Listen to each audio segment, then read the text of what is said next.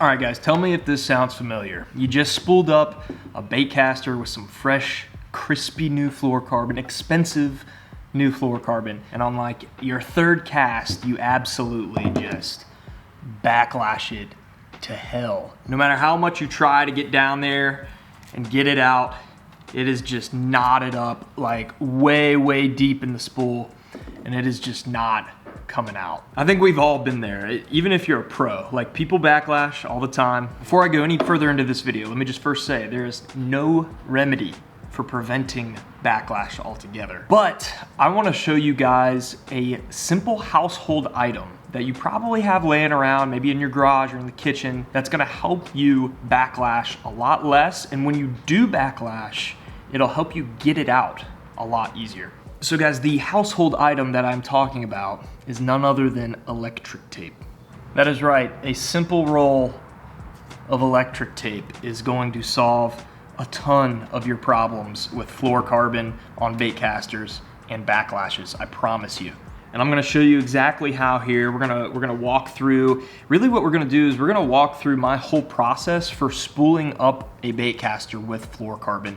And I think you're gonna learn a lot more than just this little electrical tape trick, because I do a few things that I don't really think that a whole lot of other people do when I spool up a baitcaster.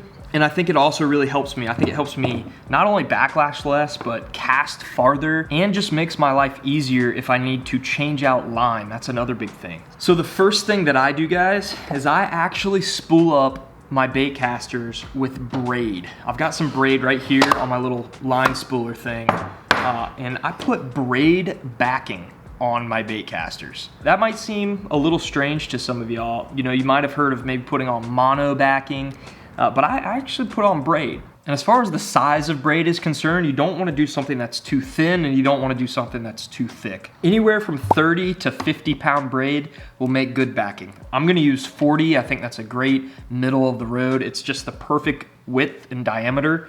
It's not too thick, it's not too thin. And it'll lay down on this spool really nicely. So yeah, 40 pound Braid. It doesn't really matter what color, what brand really.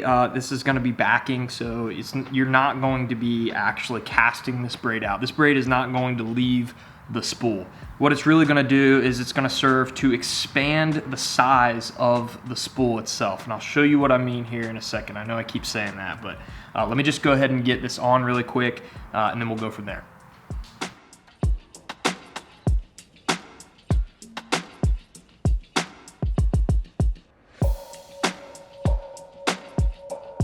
Okay guys, so what I've done is I've spooled up probably about, I don't know, I'd say maybe a quarter of the spool up with Braid, with 40 pound Braid. And how much Braid you put on here really depends on the size of the fluorocarbon that you plan on putting on here. If you plan on putting like really big fluorocarbon on here, and you also want to make really long casts with it, then you probably need to leave a lot more space, and you only need to fill up like 1/8 or less of the spool with Braid. What you're trying to do is predict how long the longest possible cast is that you can possibly make, and then maybe have a little bit of cushion. So whatever the longest cast is plus like another 20 yards, that's how much fluorocarbon you're trying to get onto your reel. But the reason that I put Braid on as my backing and not like a cheaper option like monofilament is you can tie a really thin knot from your fluorocarbon to your Braid. I use an Alberto knot. You can use like a uni to uni knot if you want, or a blood knot, but really any fluorocarbon to Braid knot is gonna be a lot thinner than like a fluorocarbon to a mono knot. So that knot really doesn't, you know, cause a significant like bump in the reel, and you don't want any kind of like bumps or imperfections in your spool, because those are things that the fluorocarbon could catch and possibly backlash with. So another reason I use Braid is because it lays flatter in the spool, right? So think about monofilament.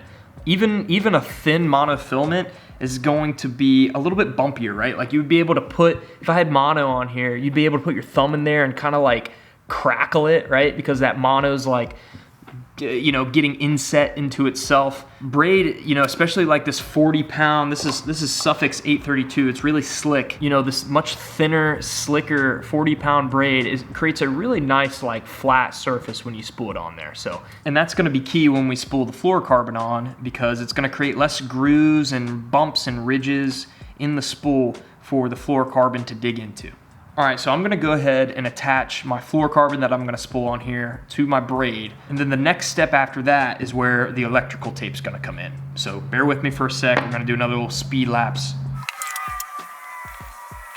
All right, guys, there is my super de-duper thin Alberto knot right there.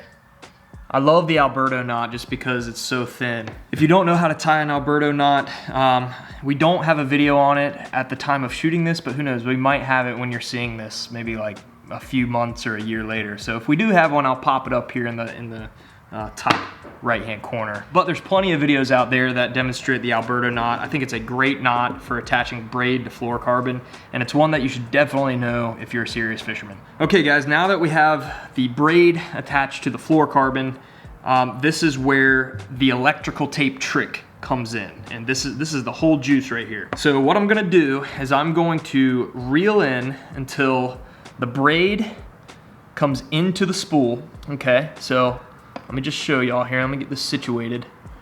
So that knot right there, you can see that knot is just on the spool, okay? Another little side note with this, I like to kind of do this with my reel, like engage and basically get the line ties so it's like in the middle, you know? So my line is going onto the middle of the spool. I like to do that so that knot is situated right in the middle. And that way it gets completely covered by the electrical tape. And that's what we're gonna do, guys. We're actually going to put electrical tape over the entire spool. And it's super easy. Basically just get some out and then set it down and then basically put the tag end of the electrical tape right here onto your spool. So the electrical tape is coming up on your spool. And then what you can do is you can keep the electrical tape tight. You can engage the reel. So I had it engaged there. You can press down on the reel so it's free. Use your thumb and just go really slowly. And while I'm doing this, I'm pressing down really hard. I don't know if y'all can really see that, but you can see that electrical tape is like molding to the braid there, and it's getting down really good. And all I'm gonna do is I'm gonna cover the whole spool. And I wanna cover this spool to where there is no braid even showing at all. That's important. You don't want any gaps or ways that the fluorocarbon can get down into the braid. Okay, that is pretty sufficiently covered right there, so I'm just gonna cut it. And then make sure that it's on there nice and smooth. So as you can see, I've got a complete, if I spin my, pull some more fluoro out here. If I spin my spool, it is completely covering the spool. I know the lighting is not super great right here, guys. Sorry about that. Everything's like really black on this reel, so it's hard to see. But basically, I've got that electrical tape covering the spool completely. And that's the whole money with this, guys. The reason I put that braid on and then covered it with electrical tape, what I'm essentially doing by doing that is I'm expanding the size or really the surface area of my spool. And like I mentioned, what you're trying to do when you put the braid backing on is put enough braid backing to where when you put your fluorocarbon on, you're not gonna put a whole ton of fluorocarbon, more than like 2 casts worth of fluorocarbon. You're really trying to aim for anywhere from like a cast and a quarter to a cast and 3/4. Like that's your magic money range. Like whatever your maximum cast is, plus like another 1/4 to 3/4 of a cast. And what that'll do as far as helping you with casting is, one, it's not going to cause as catastrophic of backlashes. And two, when you do have a backlash, that backlash is only gonna go down to that electrical tape. So it's really simple. I mean, it's kind of a no-brainer, right? Because guys, look, like I said, everyone backlashes. There's no one on this planet, not even the pros, who don't backlash. I'm not a pro by any means, but I've been, serious bass fishing now for 15 plus years. And most importantly, I have taught myself a lot of stuff through trial and error. I didn't really have a whole lot of YouTube resources like this back when I was getting started. So I struggled through a lot of this stuff. I've lost hundreds and hundreds of dollars on fluorocarbon from backlashes. I've been through this, and this trick right here has freaking saved me, and I promise it's gonna help you guys. So look, you are not gonna prevent backlashes with this trick, but your backlashes are absolutely gonna be less catastrophic. It's gonna save you time, it's gonna save you money. Most importantly, it's gonna save you head games. It's gonna save you frustration when you're out on the water, and that's the most important thing, is staying in the zone, not dealing with your equipment, not dealing with frustrations that are outside of fishing. That is honestly a huge key to becoming a better angler. So this trick right here, in my opinion, makes you a better angler.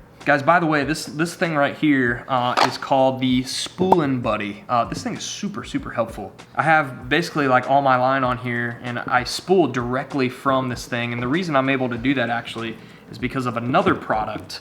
You can see those bands right there. They've got like the line guides on them. I forget what those bands are called, but they're on Tackle Warehouse. I will link those bands plus this thing, the Spooling Buddy, down in the description.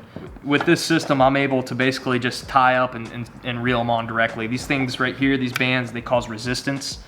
So I don't have to have someone like with a pencil like grabbing both sides. I don't have to like hold the line between my fingers like while I spool it on. It makes life like a whole lot easier. So that's all I got, guys. Thank you so much for watching. If you're new to the channel, consider watching some of our other videos. We do have more how-to tips and tricks, stuff like this, but we do a lot of vlogs. So if you like fishing vlogs, if you like watching people go out and fish and catch fish and go on adventures and stuff like that, I bet you'll like our videos. Thanks so much, guys. And hey, remember, all it takes is one. Slab out.